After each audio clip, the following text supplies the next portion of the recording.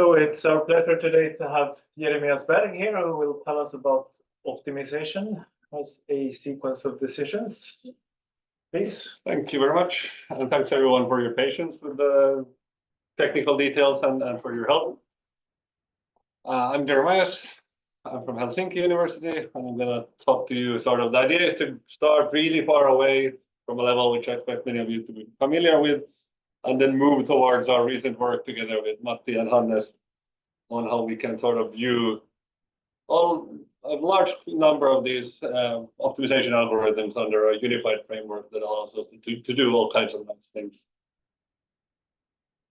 So first we'll move away the mouse. First we'll talk about constraint-based approaches to solving optimization problems. This is the part I expect many of you to be familiar with. Then we'll talk about a specific kind of constraint optimization algorithm, specifically the types that sort of reduce the optimization problem into a sequence of decision problems in various ways. And in this part, I'm sort of hoping that you'll see that on surface, they might seem fairly different, these algorithms. The three types I will be focusing on is solution improving search, core-guided search, and implicit hidden set-based search. And when I'm done trying to convince you that these are three different kinds of algorithms, I'll then talk about why they're actually all examples of hidden set-based search. And at this point, we'll see with the timetabling now, with the given the technical details, but this is sort of where I envision the first part to end. And then for this, in the second part, we'll go more into technical details on the formalization of our model, what we need to do in order to capture all these algorithms under one. As said, this is joint work with Hannes, who's here, so any mean questions I'll be handing off to him. And with Matti, we had an InchPy paper last year, and very recently got a journal extension of that accepted. And at any point, feel free to stop me, ask questions. All right, so what are we doing? We're solving combinatorial optimization problems. Very typical one, you've all seen the traveling salesperson problem. We want to go to all of these places, come back to where we started from, and we ask, what is the shortest tour? Well, shortest is optimization, but optimization is hard. So what we're going to do is we're going to reduce it into a sequence of decisions. First, we might ask, is there a tour of length most 23? This is a much easier question, because now we can sort of just test. Here's one tour. That's of length 26. No good. And here's another one that has length 23, and now we're good. Now we could continue to find the shortest one. We know that there exists one of length 23. Now we can ask, is there one of length 22? And keep on going until we figure out that no, this is a very simple optimization algorithm that makes use of decisions. And for more context, we're working with what theory people call NP-hard optimization problems. So optimization problems characterized by the fact that any single solution is easy to check, but very difficult to find. There are a number of these problems. Knapsack is a very common second one, and I'm sure you all know about other applications. Planning has a lot of NP-hard optimization problems. And essentially, when the size of the problem instance goes up, so does the number of solutions, often exponentially. So we cannot start just result to brute force search. We have to do something more clever. And the clever thing we're going to do in this talk is we're going to reduce the problem into a constraint optimization problem. So we start with the one problem we're interested in this case, traveling salesperson, and we represent it as a set of mathematical constraints. This is a kind of pseudo-Boolean instance that I simplified a bit, where we have variables for each of the edges. And these variables say, if this variable is set to 1, then we should pick that edge in our tour. So the objective function here says we want to minimize the sum of lengths of edges that we pick, while still ensuring that for any single node, in this case, this constraint maps to A, we pick exactly 2 edges on which A is adjacent. And for people more familiar with this, in a full model, we would also have to say there cannot be subcycles, etc. But you get the general idea. Then we call our super smart constraint solver. And it gives us an assignment to these variables from which we get the assignment to the original instance. This is very nice. This allows us to make use of the fancy techniques such as proof logging that we'll be hearing more about.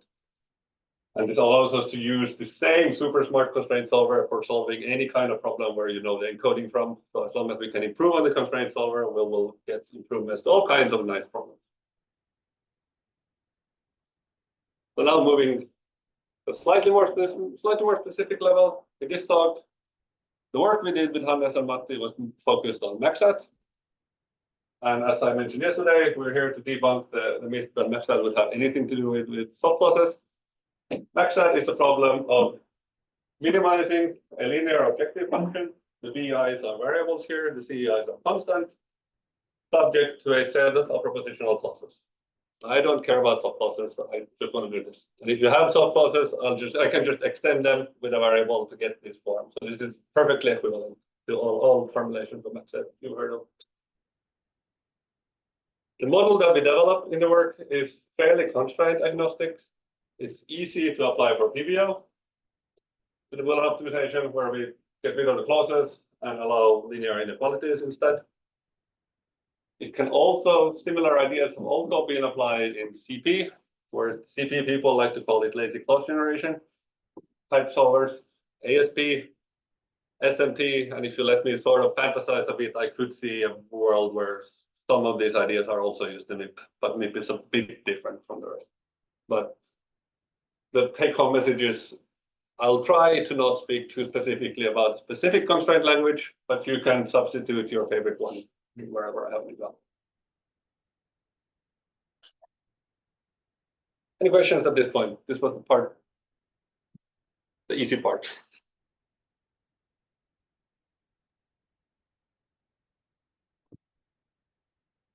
If not, then let's get into the details.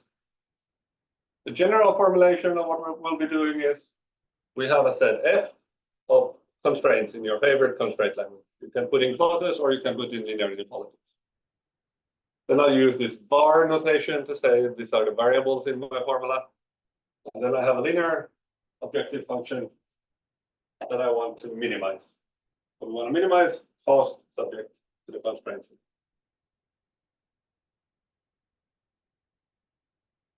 I'll do this mostly through an example problem.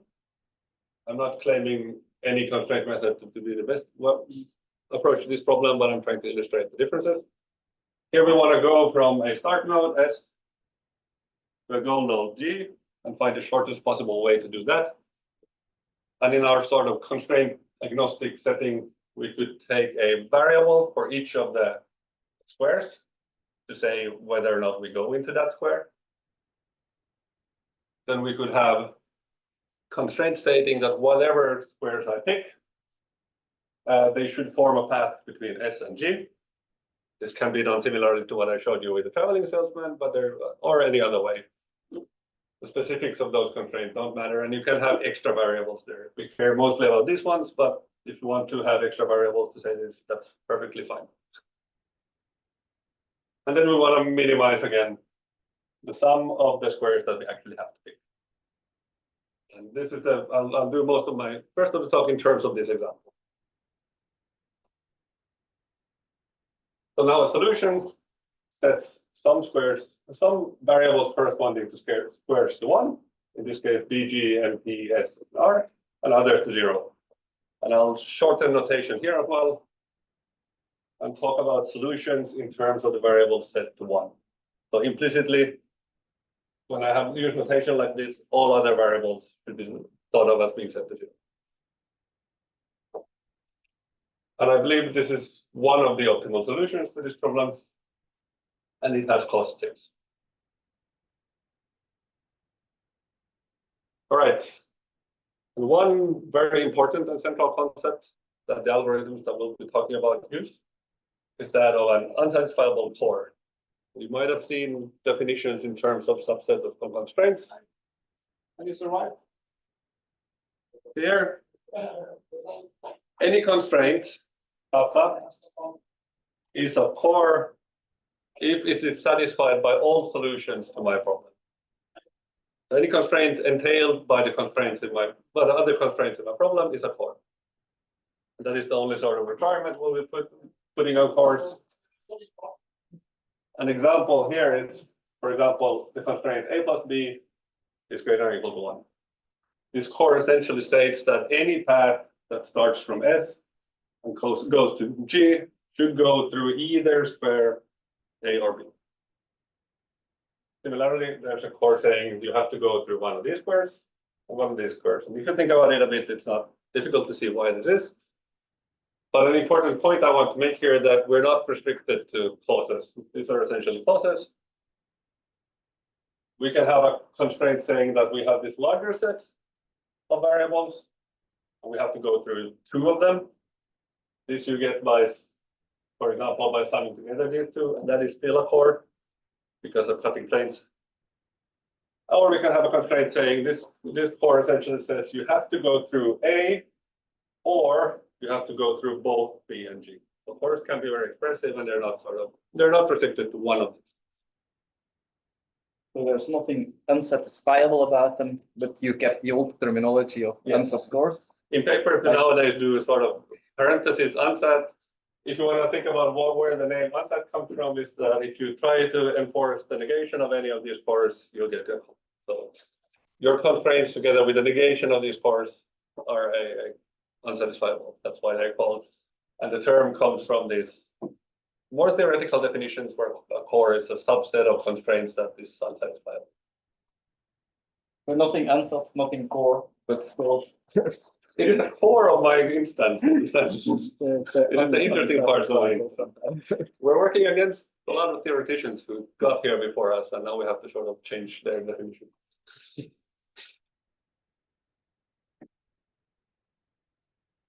Right, so now I'll specify what exactly I'm assuming of any constraint optimization problem that we care about. So if we have this set F and a partial assignment kappa over its variables, our work assumes that we have some kind of a decision procedure, I'll call it Oracle, that can take these constraints and this partial assignment and tell me one of 2 things. Either there exists a solution that extends the partial assignment, or there does not, and it will give me back a core that's falsified by the partial assignment. This is sort of the general level of what we need. This assumption holds for MaxSat, where TDCL SAT solvers are a prime example of a procedure like this.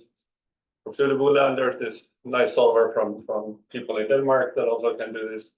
They've applied these ideas in ASP, and now the further down we go, the more of an asterisk. There are CP solvers that can do kind of this, but they're also not as widespread. So I'll stick to mostly making strong statements about MaxSat and PBO, and then fantasizing about the use of the same ideas in the other paradigms.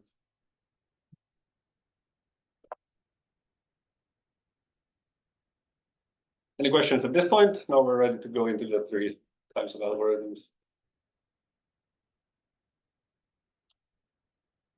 So your abstract definition of core is it's any constraint that is semantically implied by the instance. Yes. And if I'm looking at a partial assignment, then it's a core relative to this partial assignment if the partial assignment already violates the constraint. Good clarification. No. These procedures are able to give me a general core. But what they do is they find one of these, the core I get back will be a core. It is entailed by my constraint. It's not relative to this in any way, but it just happens to be falsified. What we're going to do here is we're going to pose suggestions on the solution in the forms of these candidates. And now these cores then tell us why is that not an optimal solution. So when it's returning unset, it's not saying that the set constraints is necessarily unset, No. but just this assignment is. No, yeah, this assignment cannot be extended into a solution. But yes, the set of constraints will be in this talk satisfiable because we're doing optimization and that. But the variables in the core are the variables in the objective function. No, don't have to be. Okay. The variables in this core will be a subset of the variables here. But this guy can be over everything. I mean, it is, again, it is a constraint entailed by the formula. Maybe I'm But the reason that I'm interested in getting it back here is that not only, I mean, that your proposed partial assignment gamma already, although it's not a total assignment, it's just a partial assignment. Already that partial assignment violates the core, and if it were extendable to a total assignment, it would have to satisfy the core, but it doesn't. Yes, indeed.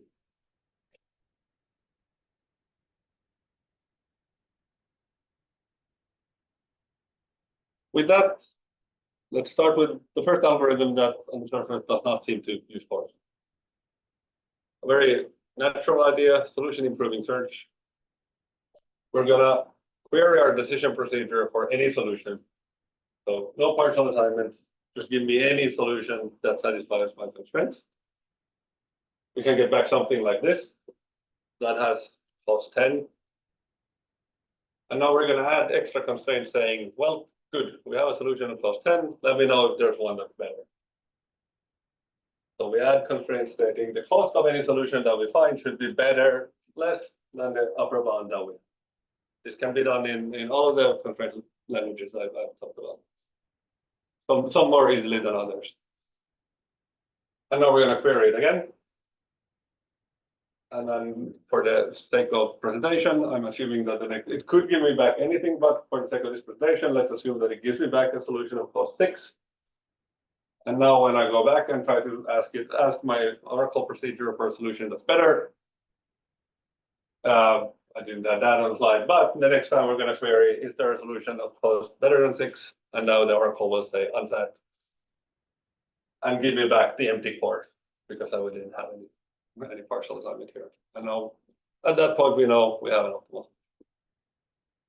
Very simple idea. Maybe the most natural thing to think about when you want to reduce optimization into a sequence. Next type of algorithm or approach is core-guided search. The intuition here is that we go the other way around. We maintain a lower bound, let's say 0. Well, I'm assuming some kind of a normalized form where I can assume that it's close to positive. And now we ask our Oracle for a solution that achieves exactly this lower bound. Is there a solution of plus 0 will be the first query.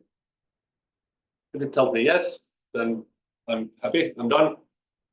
If not, I'm going to increase my lower bound and keep going until I find until the first time the Oracle tells me, yes, there is a solution. And if you try to do this directly, it's going to be horribly inefficient in most of these constraint languages. So what to do instead is we now make use of the cores. So in addition to just telling me there is not a solution of plus 0, it will give me back a small explanation for why not.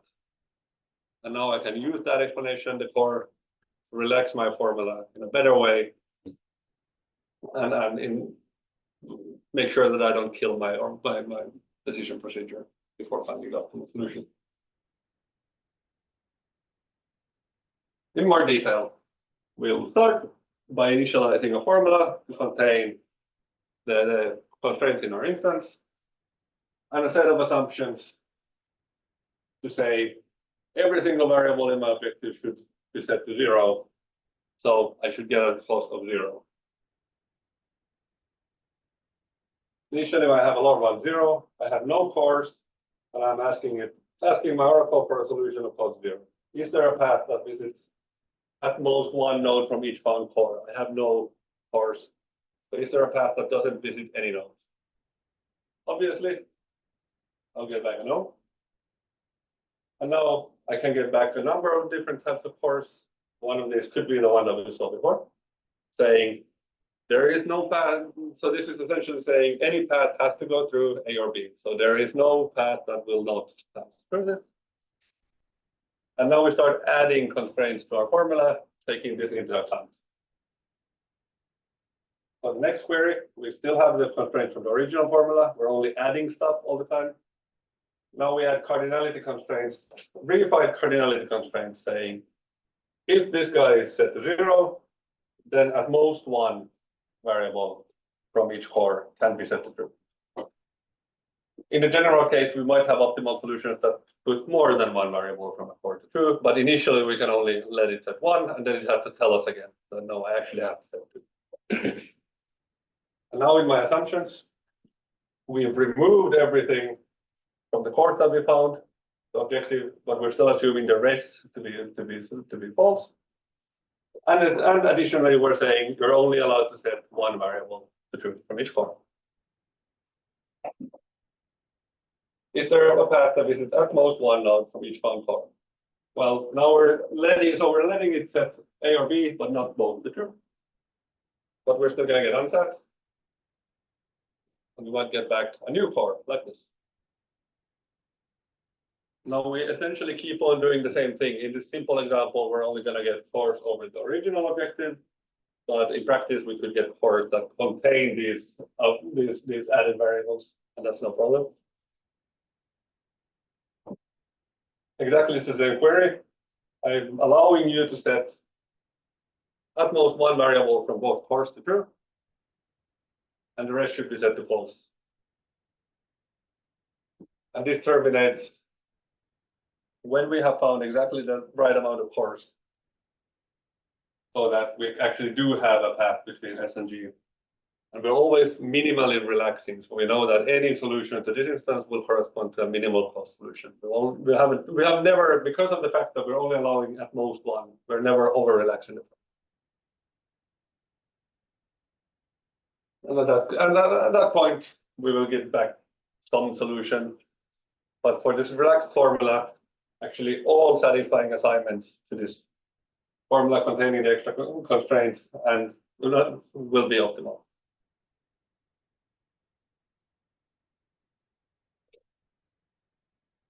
And there are many ways to do this relaxation. Next slide will look horrible, but the idea is not to go through its details, but rather to get a feeling for the fact that you can do this relaxation in many ways. The one I just talked about is, oh, that should be an implication. I apologize. Is the so-called OLL algorithm.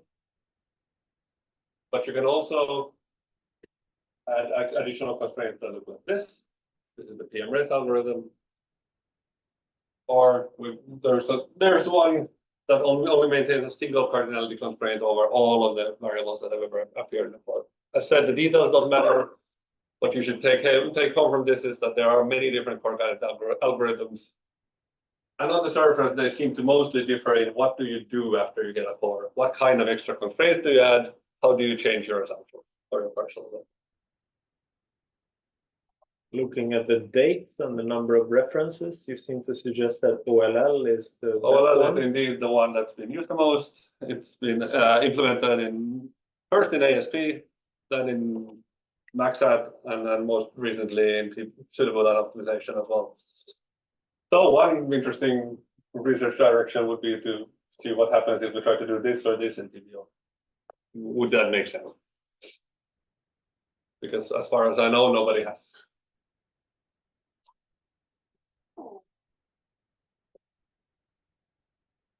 One more algorithm to go. The so-called implicit hidden set based approach, which could in some sense be considered simpler than the core-guided one. The core-guided one might be the most involved one to sort of get your head around.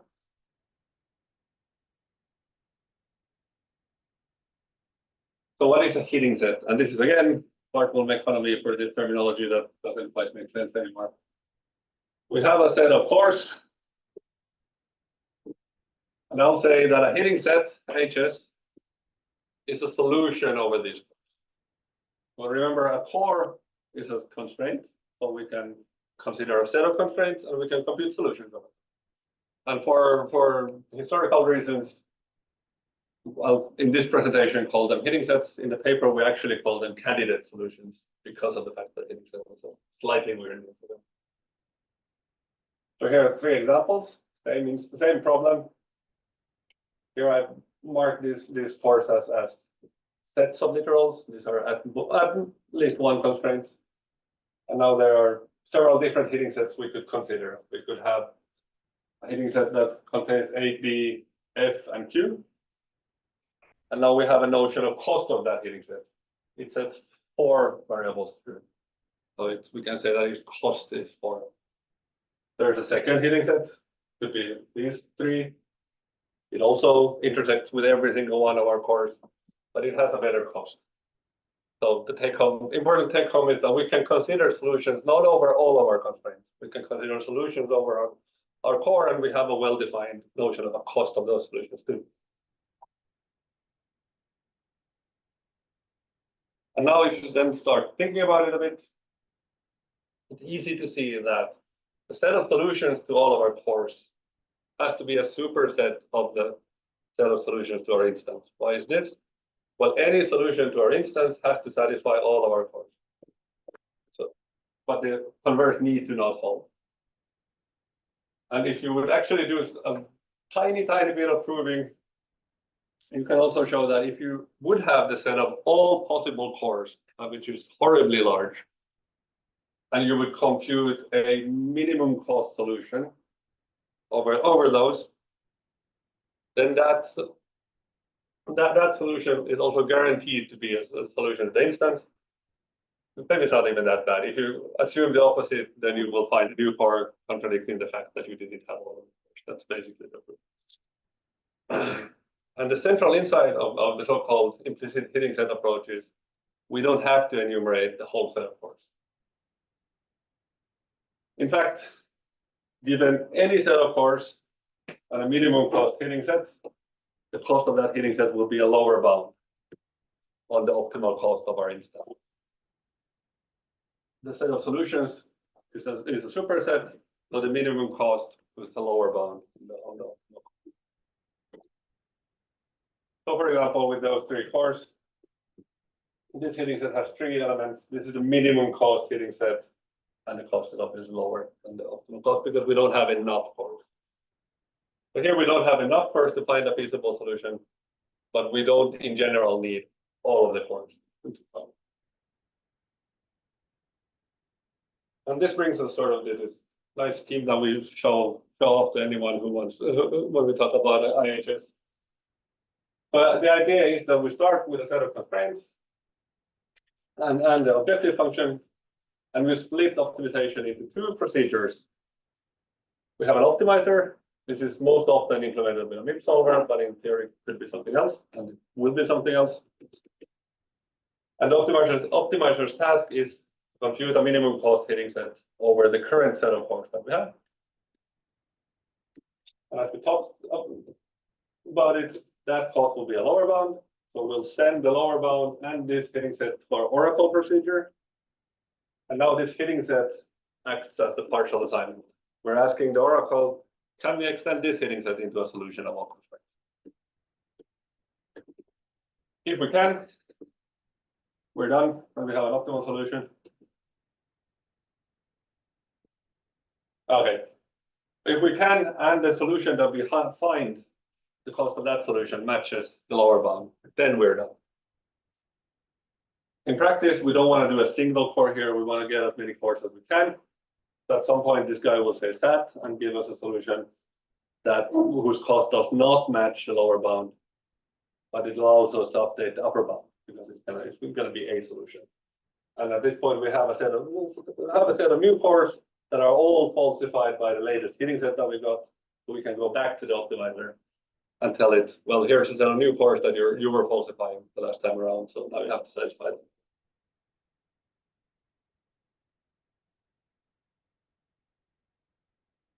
So the same thing in the example. This is my set of cores, and I'm going to be using this K for a set of cores. In the first call, we're asking, we have no cores, what is the minimum cost hitting set? Well, we don't set anything to prove. Similar to the core guided search. We get a core. Now there are 2 hitting sets we could be getting, one containing A and one containing B. And now we're sort of, and let's say we compute the hitting set that sets B to true, rest to false. So now we're asking, is there a path that only visits B, only visits squares in the heading set? And this is an important difference for the rest. And with the core guided search, we were asking, is there a path that visits at most one node? But we didn't specify which one. Here we're specifying. We want to know, is there a solution that visits exactly B and nothing else? Of course not. We get a new part. Go back to computing a heading set. This time we might get A and Q. Now we're again asking, is there a path that visits exactly A and Q and nothing else? No. And in the end, we might get to something like this. But in contrast to core guided search, it's good to notice that this is not the only heading set over these cores. In the last iteration, our Oracle optimizer procedure could have returned something like this as a valid heading set because it doesn't know what we're doing. It only has the cores. This is also a minimum cost heading set, but this is not extendable to a solution. So in this case, we would be getting a new core, something like this. So in general, IHS might require more cores than core guided.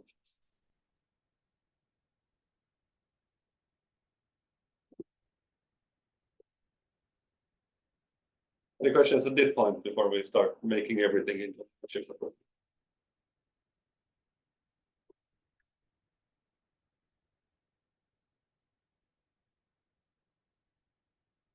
All right, now I haven't been keeping track of the time, but I have one more sort of general intuition for what we have been doing with Hannes and Matti, and then we can go into more details with whoever cares. We started roughly half past.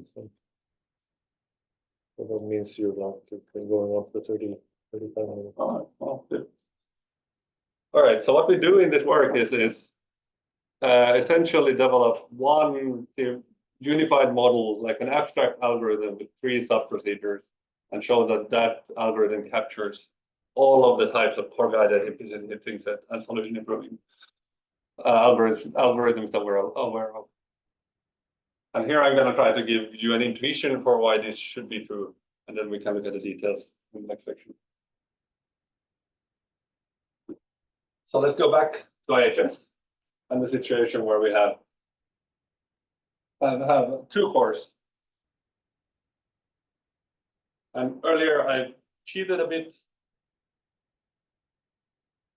In practice, when you implement an IHS algorithm, the assumptions you want to enforce on your core extractor, your Oracle procedure, are the ones that enforce you to not get cost. So if we have a heading set containing A and Q, what we're going to actually ask our core extractor is, you have to put everything else to false. Because of the fact of them being cores, we know that they will then have to put exactly A and Q. And if we now look at heading sets, possible heading sets over the cores that we have now, there are 6. Again, implicitly, everything allowed a variable to false. And for the assumptions that we're posing, the second question is which ones of these today's assumptions extend to? Well, exactly one of them. So IHS is guaranteeing that at any time when we have a set of cores, the set of assumptions that we're enforcing will extend to one of the heading sets over that core. This should be fairly simple still to see. And now we can do the same thing for core guided search. Same situation. We have those 2 cores. At this stage, the extra constraints that we have been adding are saying at most one of each variable in the core, in each core. At most one variable in each core is true, and the rest should be false. There are again exactly 6 heading sets over these 2 cores. But now if we start looking at which ones of these to do the assumptions that we're enforcing extend to. Turns out all of them. So the possible solutions of our cores and extra constraints that are extensions of the assumptions that we're enforcing are exactly equal to all of the hitting sets over this course. This works out nicely in this example because of the fact that the cores only contain original objective variables and they are disjoint. In the general case, we have to pull a few more tricks to make this work, but this is the general intuition. We show that what core-guided search is actually doing, it's adding these extra constraints that allow it to trivialize the hitting set computation and make it very easy to figure out assumptions that correspond to all of the hitting sets of the current set of cores. And then ask, does any one of these hitting sets correspond to a solution? And hence, if we get a new core, it's saying more than the IHS case. The core that a possible new core is saying, it's explaining why none of these possible hitting sets can be extended to an optimal. This is not supposed to be a formal argument yet, but this is the intuition for our unified.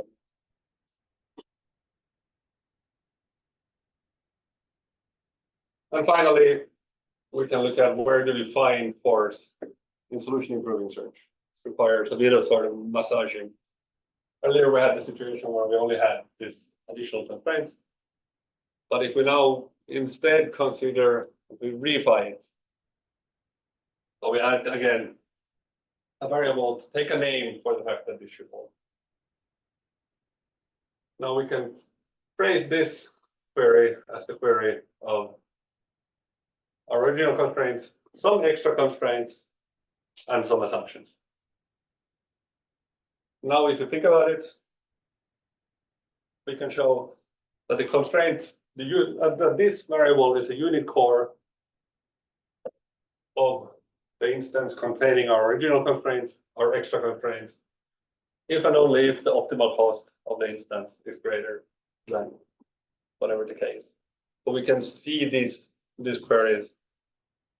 So in this sense, what solution improving search is doing, it's looking for the highest K for which this is a core of the instance. And when it finds it, it's done. There are the hitting sets here. The solution, if you then, or if you would consider now, for example, an lower bounding search, you could see it as collecting a lot of these unit cores. Every time you get unsat, you get a new core.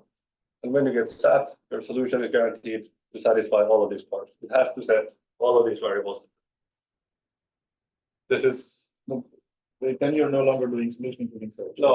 but in solution improving search, and you're hitting on what I said about that it works nicely for guided search. But in actually, what we'll have to do is we cannot guarantee that we always get a hitting set. We'll have to say we'll get a hitting set eventually. So you're hitting on exactly the sort of formal part.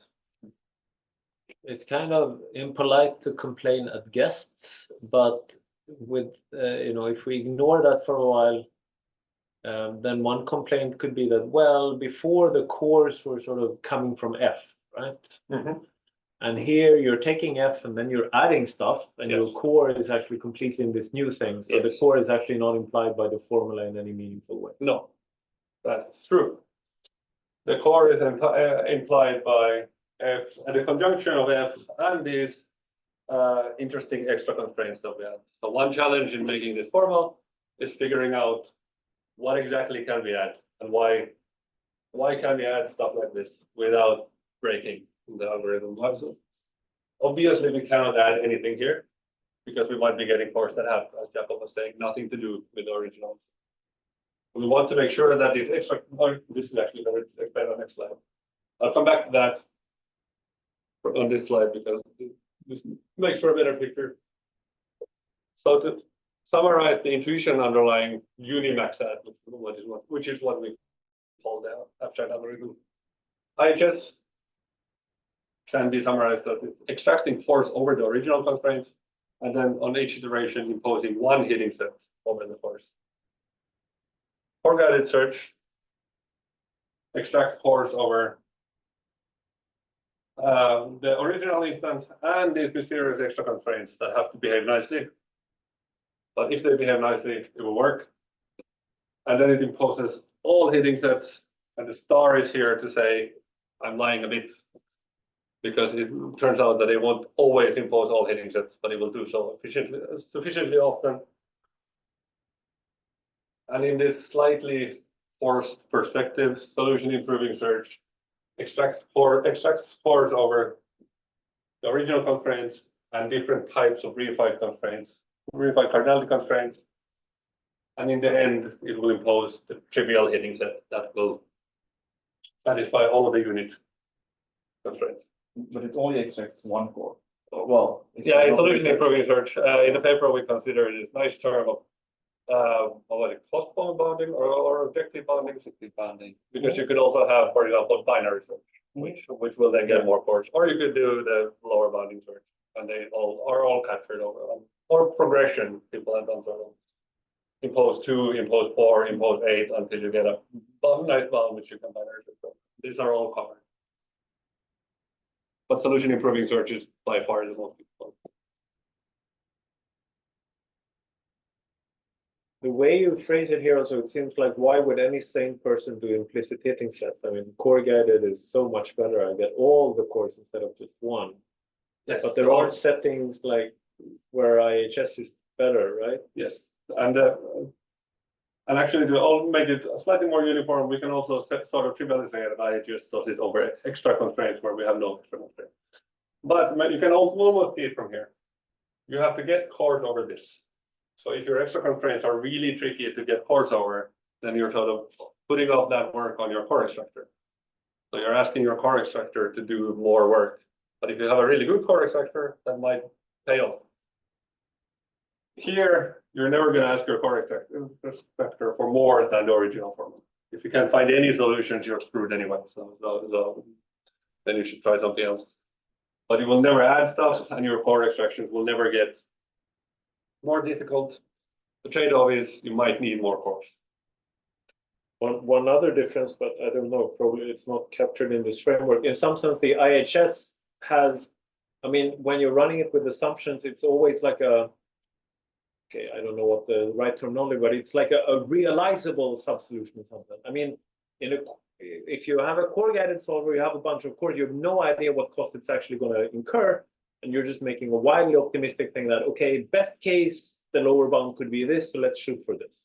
Okay, and maybe this is like wildly off, and it's going to take a while before you collect enough cores to realize that actually the cost is like twice what you believe at this point. Yeah, but this is true for IHS too. Well, no, because not in the sense that IHS will always, like the cores I have collected so far, your assumptions will always say, I'm sure to take care of this. Like I actually have a concrete solution in mind. I will set A and B and Q, and they will satisfy my current cores. Yeah, okay, but the core value query is, I know exactly what any potential solution, what cost it should have. If there is a minimum cost solution over the course I have, I know exactly what that cost should be. So I'm imposing exactly that. But I'm not imposing a specific solution. Yeah. So, but I do know exactly what the cost will be if there is one. So, and I am implicitly enforcing exactly that cost. But I'm not telling it you should try exactly this. I'm telling it, here's a subset of things that are allowed. Find me any. Is there anything here? But you could imagine like that you would converge faster to the actual value because sort of the IHS is sort of more domestic in the sense that it's less aggressive maybe in the value it's shooting for, because it is actually giving you a solution to the current set of cores. And if you now get back, if that actual solution is twice of what the core guided solver would believe, and you still get back that, no, sorry, this is still optimistic. And you might converge. No. The bound is always gonna be the same. Core guided search on a given iteration, core guided search will have a better understanding of what the cost is. IHS will always, it will be lower. So whatever solution IHS is giving you, core guided search can do better, or not worse in terms of cost. So IHS can tell you there is one solution that has cost 3 and it's a minimum cost. Core guided search will never ask for 2. But IHS is giving a more pessimistic assumption. So even if that assumption is not realizable, like IHS is maybe shooting for, can you do 20 at least? Whereas core guided at this point is shooting for can you do 10? No, then that's if not you the get thing. back That's not from happen. That will not happen. If IHS is saying, can I do 20? Core guided search will say something above 20. The worst core guided search will ever do is 20. Okay. It is 20 or better. The core guided search can have like a slower bound than. I don't know if The I agree cores with you, but maybe we'll like- have to take it offline. It's Yes. but Okay, yes, but it's not a big difference. Yeah, okay. We can touch on it on the next section of it. So this is the summary for the first part. Many solvers that are actually used in practice reduce optimization into a sequence of decisions. There are many ways of doing this, and on the surface, it's been they've been developed independently, made more and more effective. And in our work, we sort of propose one method. I'm not saying it's the way, but one way of viewing all of them under a unified framework, which allows for unified proofs of correctness. We prove that this abstract framework is correct, and hence it suffices to prove that any algorithm is an instantiation of that. We give new insights into these relationships. For example, what Hannes was talking about, what kind of lower bounds? Yeah, no, I think of it. Yeah, it's not going to be a big difference, but there can be cases where I think it can go both ways. So sometimes core guided search could be better, and sometimes I would argue for one way, but we probably have to take it offline. And we also show that this framework can be used for new algorithmic instantiations. We propose a new core guided solver that I've known before, and which show that its correctness follows directly. So at this stage, we should at least take a break. And thank you, Jeremias. And open up for questions from anyone other than Bart or Jakob, right? So is this framework targeting only exact maxed solving, or can it contribute to anytime solving too? I guess you could model anytime solving. Yes, we do have a sort of notion of upper bounds. So But yeah, anytime solver is not, in my mind, that as long as you have a solution, you can just check if that solution is right? So there's sort of what does correctness of an anytime solver mean in this sense? But it's mostly about exact solving, right? Because once you use cores, you have a lot of unsatisfiable queries. Then yeah, okay. But it does allow for intermediate satisfiable. So anytime solvers would fit the framework, but maybe it's not as useful to view them through it. Okay, thanks. Thanks. Any other questions?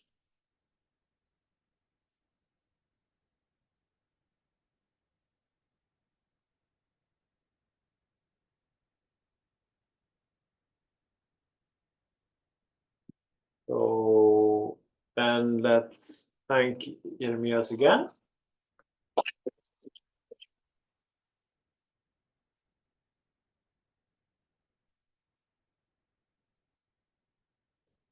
So we're back after the break, and apparently we're talking about Unimax now. So Jeremias will explain to us what that is. Yes, I'm gonna try my best to make the intuitive hand-wavy arguments from the last section slightly more formal. And if you actually care about all the details, I urge you to read our paper. So what is the high-level idea? How do we view constraint solving as a sequence of decisions? We will maintain two sets of extra constraints that will make sure they behave very nicely, and sets of cores. And the course will be over our original constraints and these extra constraints. And then we'll iterate a 5-step process. First, we'll compute a minimum cost fitting set over not only the course, but also these extra constraints, because we're going to need to allow the course to contain variables in these extra constraints, and they should be entailed by these extra constraints as well. Then we're going to check, is this hitting set extendable into an actual solution? If it is, we're going to say we're done. If not, we're going to get a new core, and again, not only over the original constraints, but over the conjunction of the original constraint and this extra constraint. And then optionally, if we want to, we can add new extra constraints. And there are sort of two challenges, which Jakob also already touched about. We're going to claim this is a uniform view of all of the algorithms we talked about. And the challenges are to show what kind of restrictions do we need to put on this to ensure that it will always terminate, we'll always get a solution at some point, and that we'll get an optimal solution by the time we terminate. But we're not allowed to add anything here because then we might end up in a situation where we never terminate. And then we'll also have to make sure that once we get here, any extension of these hitting sets will be optimal. Where do I get the objective improving constraint in this? It does not exist. The termination criteria will be, we're skipping ahead a bit, that the cost of these will be a lower bound. And by the time we get to here, when we can extend it to a solution, the cost of that extension will be exactly equal to the lower bound that we already have. So we're going to be, we don't need an explicit objective improving constraint. If we don't want to do solution improving search, there's going to be an objective, reified objective improving constraint here.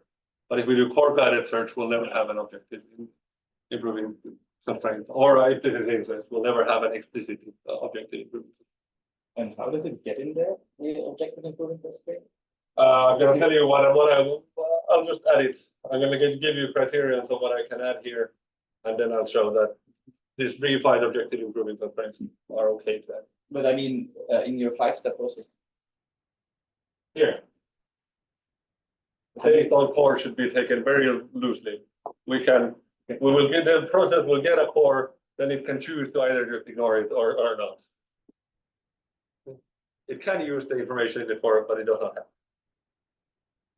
I guess my problem is that I mean, solution improving search, in order to get a contradiction back, I already have to be working with an objective improving constraint. And if you want to instantiate this to become solution improving search, there is going to be a reified objective improving constraint here. And then we're going to pose the verification variable as an assumption, and that will give me answer. But it seems I can only do so when I hit the contradiction in step 4. I think that's what we're worried about. Mm-hmm. So I don't see where you ever have an I am excuse. cheating. Yes, in that sense, I am cheating. Solution improving search. This assumes a slightly stupid version of solution improving search, where you do one extra iteration in the end. You run an extra run, yeah. And then if you're a clever implementer, you figure out that, well, actually, I already had the solution, so I can just.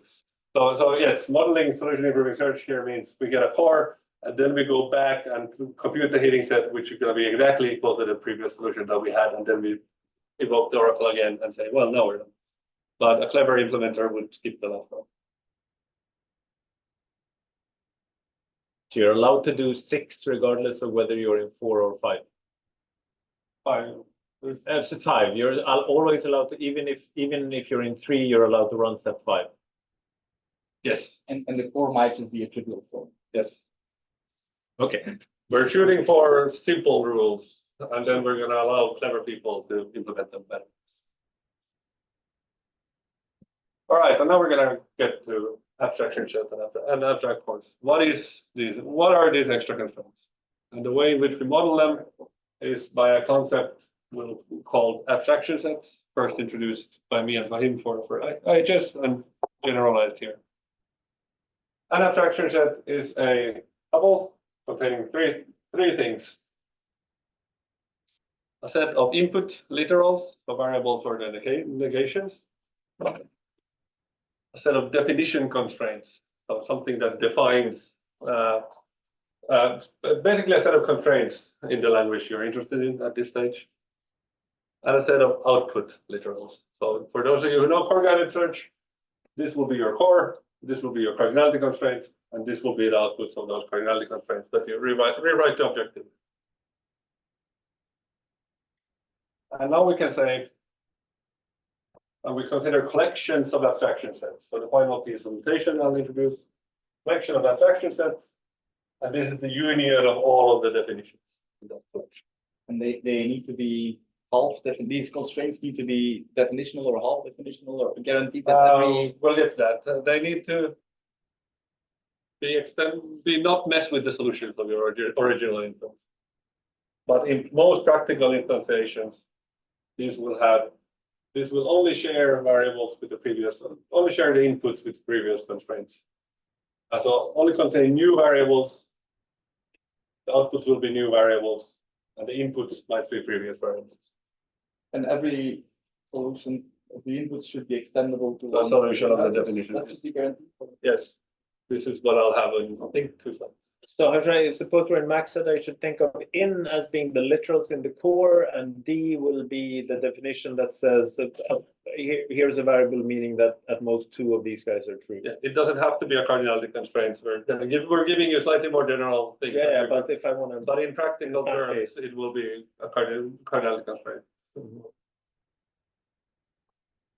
And now, an abstract core, I'll just talk about cores. Continue talking about cores, but sort of to make a difference, you want to, is a constraint satisfied by your original constraints and the definitions of the stuff you've been adding. This is still only syntax. I haven't told you yet what requirements we have.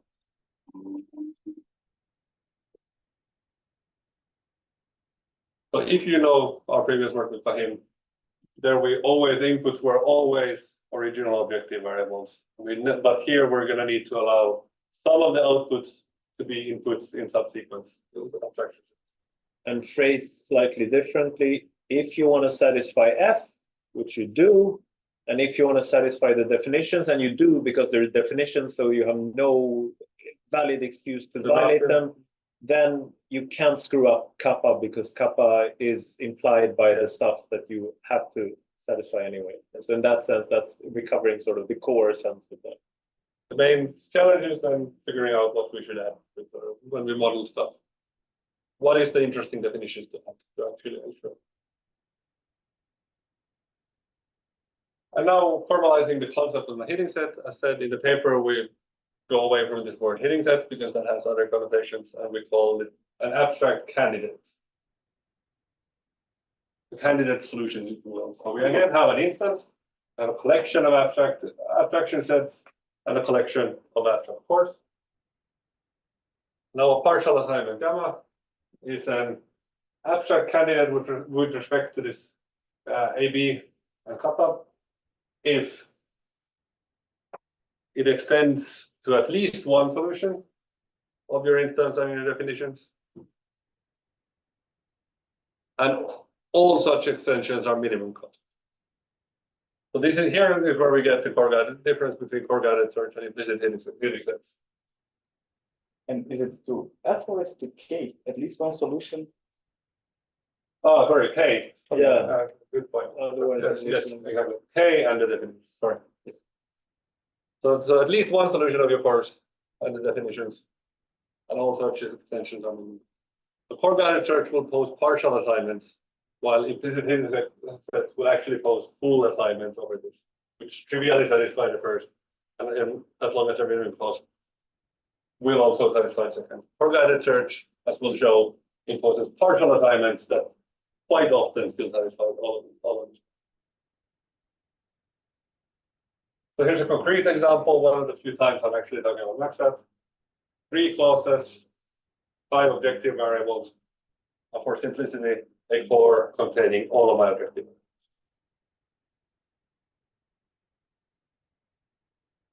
And an abstraction set containing a very OLL-like definition. So this is how you would instantiate an abstraction set to become OLL. The inputs are exactly the variables in your core. The definitions are these cardinality constraints. And the outputs, again, I'm cheating, OLL would add all of these outputs, but for the simplicity, we'll just add this one. And the final I is a 1, right? Yes. Slides made too quickly, sorry about that. Now, these are examples of abstract candidates, and here you can start to get a flavor for the difference. A minimum cost solution will never set B3 or B5 to true, because that will incur more cost than needed. So any abstract candidate will need to have the negation of B3 and B5. Also, a minimum cost solution at this stage will never set more than one variable. So we have to impose the constraint. However, both of these still satisfy the conditions. This one conceptually considers all possible minimum cost fitting sets, i.e. the ones that set either B1, B2, or B4 to true. While this one says, well, I don't actually care about the minimum cost fitting set that sets B1 to true. So I want to consider the minimum cost, the hitting sets that set either B2 or B4 to true. Both of these are valid abstract candidates, because we only require that there should be at least one solution it extends to, and every extension should be minimum. So specifically, just these two is not an abstract candidate, because here you can extend, this can be extended to a solution of my core by setting B3 to true, which is not a minimum cost solution.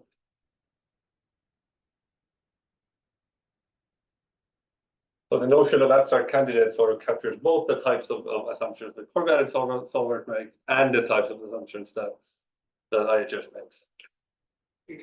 Just to get some translation help, suppose that I'm trying to map my favorite OLL-based maxsat solver into your language, then an abstract candidate will set all my reification variables to the right values. Yes. So in OLL, you can get abstract candidates that are not minimum cost, right? In OLL, Or we'll get in OLL you can get assumptions that are not abstract candidates because of the first reason. You can get assumptions that are not extendable to any solution. Okay. Yes, you're saying that actually OLL I might run with except I have the example. We're going to get to the example. But with that, are you saying that there might be OLL iterations that run with sort of quote unquote non-candidates? yes. Not just we have examples of concrete instances. Okay. So here's the framework. This is very close to IHS in flavor. The only thing we need to add is one more box that lets us add abstraction sets. We have this procedure. This is the oracle from the previous slides. It gives us a solution, and then we can check, does the solution have a cost that matches the lower bound that we have? No. If it does, we're done. Otherwise, we either get a solution that's not the best we know of, or we get a new core. We go to the second box and we do clever things, and we give in the paper we give general requirements of what these clever things are, and then but this can be all of the things we talked about: adding cardinality constraints, doing nothing in some cases, or adding refined model improving constraints. And then you go here and you compute a hitting set. And now how difficult this is depends on what you've been doing here. If you do nothing here, then you're going to need a MIP solver here. If you add the clever cardinality constraints here, then this step is trivial. You just increase the bounds of your cardinality constraints. If you do solution improving search here, this step is also polynomial. So there's a trade-off sort of what you're doing here compared to what you're doing here.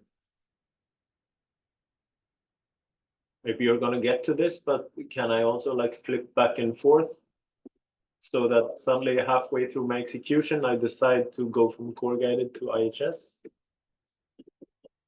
Yes, you can if you have, but then that is not the difficult question. The difficult question is, if you then continue extracting cores, to what extent you could then, yes.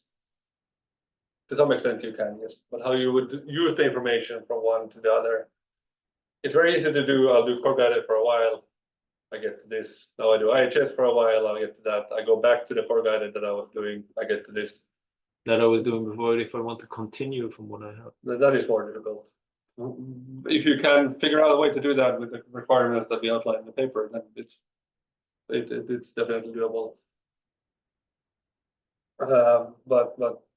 But you're saying like, should I think of your framework as like, I can instantiate it at the start of search, but then I'm sort of committing to, I'm using this framework to describe my solution improving search. Yes, That's what I'm going to do today. yes, I can't like say, I can't have a time sharing algorithm that 30% of the time does solution improving and 30% of the time does forget-it, 30% of the time. you could, but the difficult part is how do you mix this? We allow you to, you can make 3 iterations of solution improving search, and then you can do 17 iterations of forget-it search, and then 15 iterations of IEDs. That is doable. Yeah, but sort of But how do you then combine the information you have there is more not as clear. Okay. Yeah, which is, I mean, we talked about. Yeah, but before, that is hard. It's hard to. It would be. It sounds nice if it could be done, but it's not clear what it would be. So for the rest, I'll just go over all of these 3 procedures and tell you what do we require in order to ensure that this will actually work. First one is the easiest. The extract or subroutine will get the formula, the current abstraction set, and some partial assignment. This subroutine does not care where that partial assignment came from. It will just be given this partial assignment. And it will return either stat and a solution that extends. A solution of your original constraints and the definitions that extends the partial assignment, or ansat and an abstract for falsified value. So this is a CDCL solver. This is a completely different suitable solver. This is your fancy MIP solver or lazy class generation solver. No extra requirements there. So then what do we require of these abstraction sets? How do we make sure that they play nicely? We have to make sure that the pores that we have added previously are not sort of messed with too much.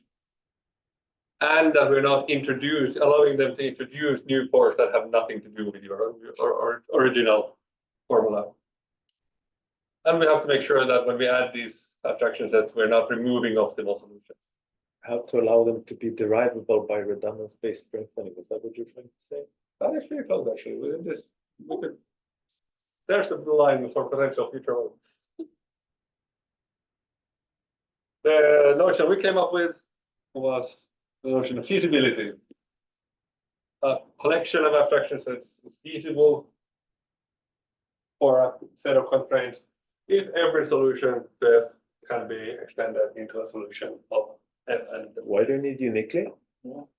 That was the reason we needed uniquely for this. Because OLL will not utter uniquely the typical implementations. If you only do the reifications one way. Yeah, but from the formula to the output, it does it uniquely, right? Is it uniquely? From the formula, because once you fix the x's, I guess and if then you have- just if you have a topologically sort the reification. If you have variable a to be complete whatever they are. if you have a complete assignment to your formula, there is only one way. You just count. Yeah, but the counting tells you that some variables have to be. No, but you already have You're extending an an assignment to your formula. Yeah, You're yes. coming from a solution to the Yeah. original formula. But then the outputs. Because the way it's okay. So, but if I would do naive OLL where I don't do it lazy, I add all the reifications in one go, we would, yeah, we then you assume need two-way equivalent- reification we in order. assume equivalence here also to make the theory work out. So assuming equivalence would be the output variable, then there's a unique. And there was some reason, you remember, there was one proof that required. Yes. I could see that you would want uniqueness to be able to argue consistency, because then you just have to look at one case and see that sort of it continues Yes. to extend. Yeah, but we are sort of, in the theory world, we add equivalences to these output variables. And in that case, even if you add all of them, there's still one. Yeah, but if you have two-way reification, then the uniquely, but Yeah, for OLL, it's trivial, but then this allows more, I mean, maybe some symmetry things fit here. Well, this is not only cardinal. Right? In practice, we show that this is achieved by the fact that when we add new abstraction sets, they're only allowed to share the inputs on what we have. So we have some collection of abstraction sets. We have the core constraint. We have the constraints. We want to add something new. So in most practical, this is not a requirement, but in the practical instantiations, we get that the definitions will only contain either inputs or new variables, and the outputs will be new variables. And from that we get that it doesn't mess with the costs. How do you do OLL there? I mean, I would start building core, get cores in terms of old cores, then I would expect Yeah, but they're always on the input. You cannot have 2 times the same output. This condition means you cannot have 2 times outputs and inputs can be the same.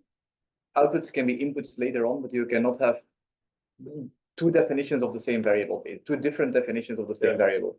So you cannot define a variable twice. Later outputs can be inputs, but the definition can contain. Okay. So they're actual definitions and everything's only defined once. Okay, sure.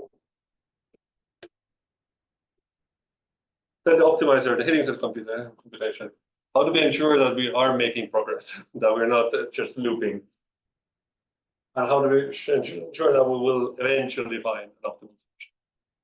Now, a sort of naive first idea that one could think of, well, let's say that it has to return, given a set of abstraction sets, a set of cores and a cost, it has to return an abstract candidate and the cost of its extensions.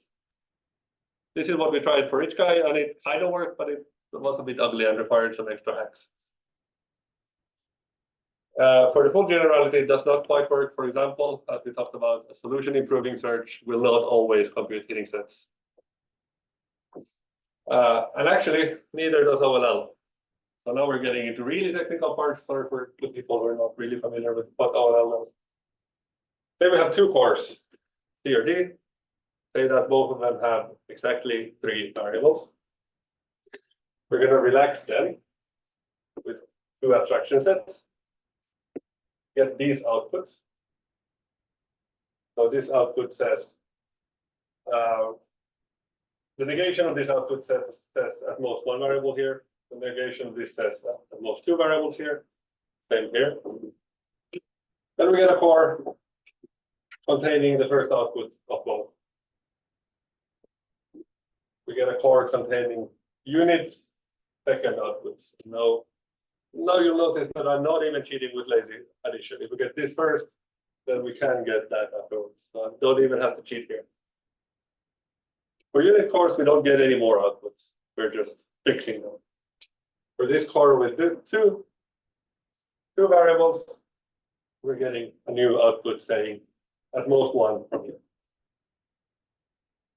And after all of this, when the dust settles, the next set of assumptions that OLL will post will contain a negation of this guy, because there's no reason for it not to yet. And from that, it follows that there should be at least, at most 1 of these guys set to true. But then we're in trouble because we've already fixed both of these to true. So regardless of what constraints you have, this is an argument for the inconsistency of only the definitions and the assumptions. There's sort of no way, we don't have to, this is regardless of what constraints we have from the beginning. So OLL does not always return assumptions that can be extended to solutions. And so in the HKI paper, we had to add some ugly hacks in the other procedures to consider this, but a better way is not required.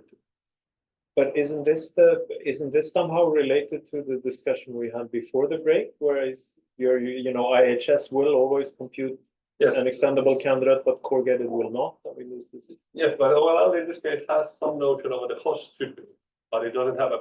So yeah, this is another way of phrasing. If you want to talk about specific solutions, then yes. But then it's unclear we would have to think this through and what the core set that IHS has at this stage, because IHS won't have these. Yeah. But I have a similar example where you don't even need the extension variables. Yes. So we can. But we show that if the assumptions that OLL poses, this is in the paper, if they are extendable to any solution, then that solution will be a minimum cost heading set over the course. So the problem are the iterations where it's not. Then there might be a difference in the cost. When you have a solution, you will have the best possible. But then just to try to make again the point I made before, like if this means that OLL might be overly optimistic here, right? But IHS is not. And you try IHS with a less optimistic world outlook, and you get back false then too. Then somehow intuitively you're getting faster up to the right value in the region where you should be, right? Because OLL was trying out something that was wildly unrealistic, and then it sort of slowly gets there. But implicitly thinks that it's sort of taking a more realizable path. Yes, but the explanation that implicit hearing sets will give you is not guaranteed. It's not guaranteed to increase your cost. So here, your SAT solver will laugh at you and probably tell you that this is a unicorn, and it's guaranteed to raise your lower bound. IHS will have a concrete solution, and you'll get some kind of conflict, but that core is not guaranteed to raise your lower bound. So I see what you're saying, and then in some sense you're right, but then in other senses, core guided searches sort of have stronger guarantees on the improvement of lower bounds. Because you're saying, like, again, suppose I had some kind of cardinality constraint, then I'll just switch. might I'll be. put something off and put something else on, and not change the cost. So there is in some, but that's sort of, I mean, they're incomparable. Yeah. So then, but question is whether something like this would be formalizable, because this is the intuition somehow why these techniques have complementary This performance. is kind of, yes. So this is the second idea that we propose in the journal extension. Here we require only that the optimizer subroutine returns a partial assignment and any lower bound on optimal cost. Specifically, you can just return 0. If you don't know anything better, solution improving search will return 0 until it's better. And for every iteration, there should be some subsequent iteration on which we're guaranteed to get an abstract candidate. And this is satisfied by the core-guided solvers. So even if you have an iteration where you're not getting an abstract candidate, we show in the paper that there always will be a future iteration on which you're guaranteed to get a solution, and hence an abstract candidate. So it's not about always getting a hitting set, it is about the subsequence of iterations on which you get a hitting set should be infinite. Should be infinite. So you can always find a future iterations on which you get a hitting set or an abstract candidate.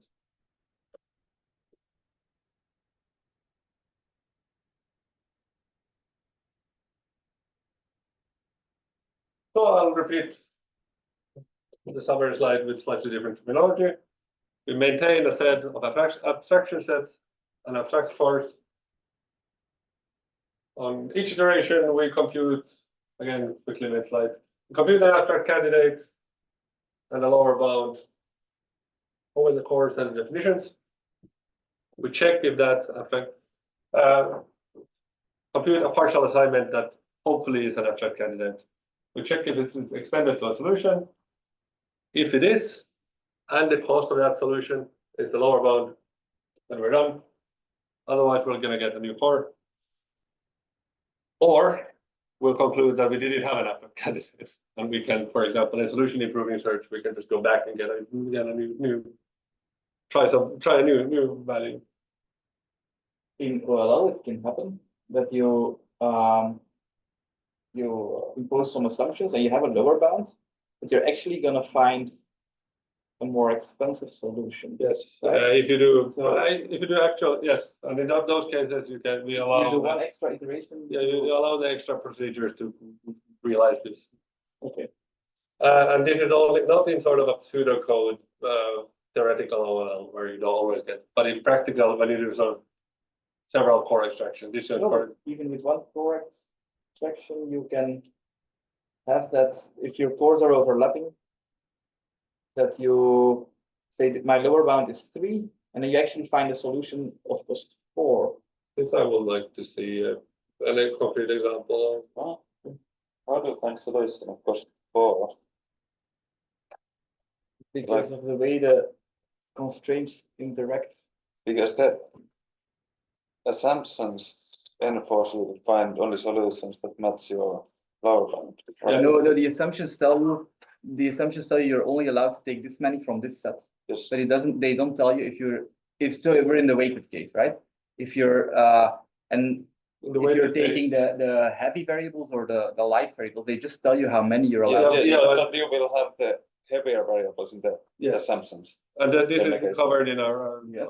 full model, which I haven't talked about. But in The the, heavier so variables in the the heavier variables will be assumed false as well. yes. So close cloning essentially. Yeah. And then I don't think that can happen. Then if you get a solution, it will have it. Mhm. I'll think about it. Yeah. So, and the general conditions is if we get an abstract candidate sufficiently often, if you Basically, you're saying that the heavy variable will not have been cancelled from the objective that we This is didn't the- do rewriting on, and very therefore it very will way be. of like, seeing it, yes. And this is covered in our work. We covered the whole weighted case where you have to do extra work. Yeah. If we never get a too optimistic lower bound, and if whenever we do get an abstract candidate, we should get the lower bound should be exactly equal to its extension. Then in the paper we show that this will return you terminate on any matched instance and give you an optimal solution. And this for PBO, I'll make a strong statement saying this is directly extendable for these other paradigms. If you're interested, let's talk about it. And I'll end with some sort of, for me, And interesting. just to ask you, so suppose, like connecting back to the question we had during the first half, would it make sense to ask for like an anytime version of this theorem? To say like, if I don't know what that would mean because at any time I can return the solution. I cannot give you guarantees on how. Well, you have an upper bound and a lower. Yeah, but most anytime. So if you have an anytime solver, I will give you. I cannot sort of enforce you to give me a lower bound. Solution improving search will never have a lower bound except for the final iteration. Yeah. But yeah, I mean, we could guarantee that a gap we have the formalism has a lower bound, and if you have a solver capable of giving lower bounds, sure, at any time you could terminate and give. So that I'm not sure. I'm not sure, yeah, what would you ask for? Would you ask for the lower bound or the upper bound to move in every iteration, or, but no, but the situation. No, now you can't guarantee it. Doesn't have that guarantee. Exactly, yeah. Okay. We'd have to ask Alex what he has in mind. Anytime is easier in that sense, so you only have to care about whether or not you actually satisfy your constraints. So some observations were made for people who are more. We showed that we could make a difference between targeted algorithms, which already showed the example that OLL might not give you an abstract candidate on every iteration. We showed that if you don't have weights, then MHU3 and PMRS actually will. So we can sort of establish a theoretical difference between the iterations. We sort of formalized the intuition I showed you. If a core-guided solver has given you an abstract candidate and you get a new core, that core will refute not only the abstract candidate that the core-guided solver had given you, it will refute all possible abstract candidates. So in that sense, that sort of on the iterations where you get an abstract candidate from a core-guided solver, the abstract candidate is really good. It covers every single possible abstract candidate. So it's minimal in this. That's some open questions. Can we proof log the idea of abstract candidates directly? Because if we could get rid of this work on separate papers for every single type of method other algorithm. Can we model symmetry breaking? The practical instantiations we had.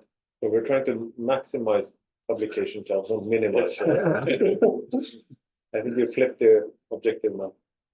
With the practical instantiation we had all had cardinality constraints as the abstraction sets, but the criterion are a bit more general, so it could be interesting. Can we do branch and bound in this framework? Maybe, I'm not sure.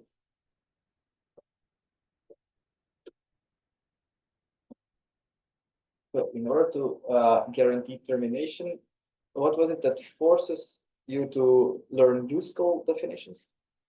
We should be able to get an abstract candidate because we should be able to always say that at some point we'll get an abstract candidate.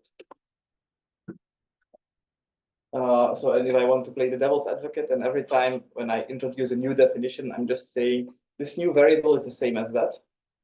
And then I find that my previous abstract candidate, but now with a new variable replaced or something.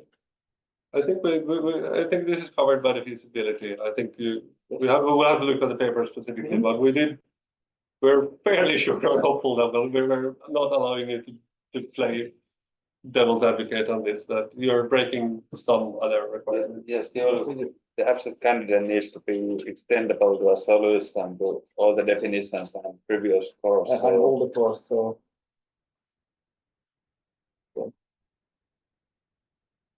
Yeah, that is a progress sort of. Whenever we have an abstract candidate, there should be at least one thing. So there should be something we're ruling out. It doesn't have to be all of them, but we should always be ruling out something. And this is sort of a notion of progress.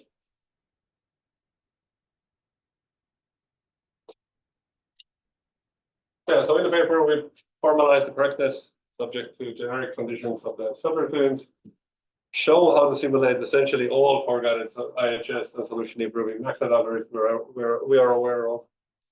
We give some new insights into their relationships, and then as a proof of concept, we propose a previously unseen four-guided algorithm and evaluate it briefly, showing that it is comparable in performance to an OLL without tricks. So basic OLL without extra heuristic. But the main point of the last one is to show that we can use this to prove correctness of things that were unknown from before. Thanks. Any questions?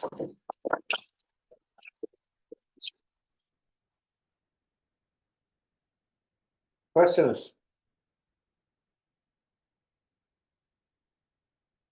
Comments? Protests?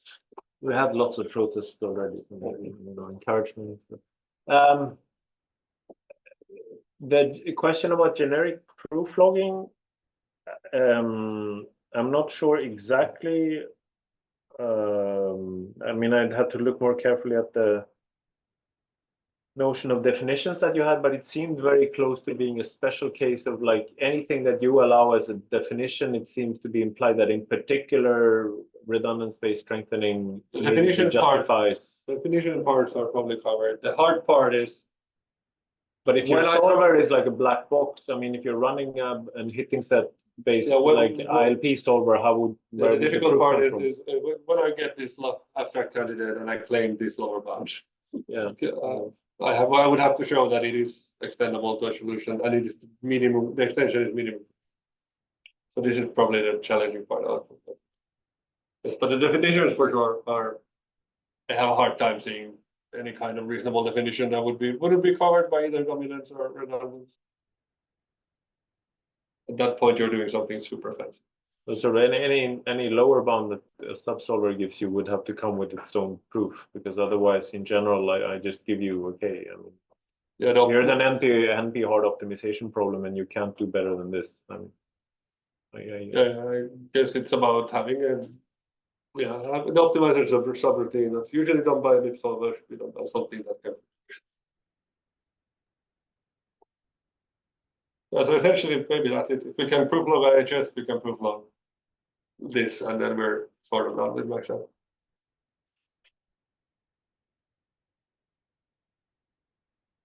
What do you think the right language for cores is? That, for example, you could say that core is a set of clauses or a set of PB constraints or something vanilla. Well, I like to think of course more like single constraints. This is the same question as what do you think? In my mind, this is the same question as given problem X, which constraint language should I solve this problem in?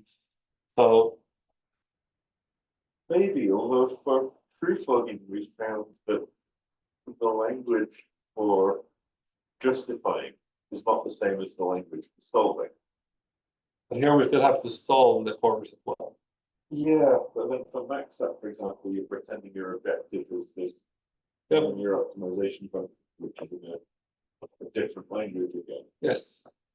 And we're using a MIP solver to handle that part, and that works well. But we've done it for PBO, and actually having a MIP solver do that in PBO as well works fairly well. So it's one of the state-of-the-art approaches. So it's sort of weird. You have this sub instance of some constraints that are better solved with something else than your constraint language optimization problem. We haven't tried how well rounding, something like rounding set would do as a hitting set solver. That is always on the to-do list. Or I don't know, have you? At some point, Glasgow was promising, and generic hitting set solver with world-beating performance. I think if you can do something like if you can do something like an efficient PV solver for hitting set type instances, But it's you not clear. you can get 15,000 papers on that. I mean, it's not even clear that. I mean, the language for cores. The core is exactly the same as all of the other constraints, right? The core is just something that you can derive from your instance, and then like another.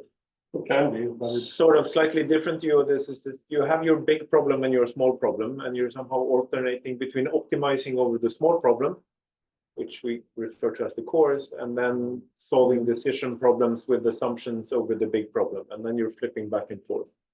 actually any kind of sort of way of saying, well, I have these constraints, and I know that this subset of them would be good to do with a MIP solver. Let's let a MIP solver do them, and you could do more. You could, well, these constraints are really well suited for a specific type of SMT solver or propagator. You could hand them those up there, and here are these clauses, and then you're getting close to something like constraint programming. Yeah, because the code guided CP papers, they're not producing CP constraints as the code, they're producing CNF, which is That's a bit weird, yeah. yeah.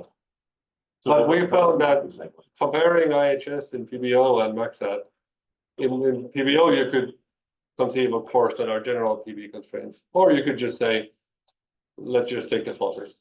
And so far we haven't found large differences in performance. You mean clauses or cardinality constraint? Clauses, yes. No, for clauses, I think we saw like. Oh wait, for I implicit hitting think, set. yeah. Is it? Yeah, but also but in the general, so if you run general implicit hitting set search for a pseudo Boolean solver, and a priori then your pseudo Boolean decision oracle will return generic pseudo Boolean constraints with any integer weights, and then it really sort of becomes hard to talk about the hitting set solver. Then it's really like you have a sub-instance of some constraints. And what do you know about these constraints? Well, they will sort of tend to be over objective variables plus your abstract core variables. For simplicity, let's think of it as you're generating a bunch of constraints that are exclusively over the objective function. And then you're gonna and every time the optimizer actually optimizes over these constraints and finds an optimal solution over the constraints only mentioning objective function variables. And then it calls the decision oracle and says, can you extend this to these other variables? And if it fails, then we're going to get a new constraint back over objective variables only, and that goes into our small optimization instance, and then we resolve. And there's no hitting set in there. There's just a small optimization instance that only mentions variables in the objective function. And then you could think of this even like that's where a MIP person says sort of, aren't these your master variables in the Bender decomposition? And it's sort of in some kind of logic-based Bender decomposition even maybe. And then it's like, well, kind of, sort of, but no, but yes, I see what you mean. There are I think there are a number of hazy and intriguing connections that could and should be fleshed out.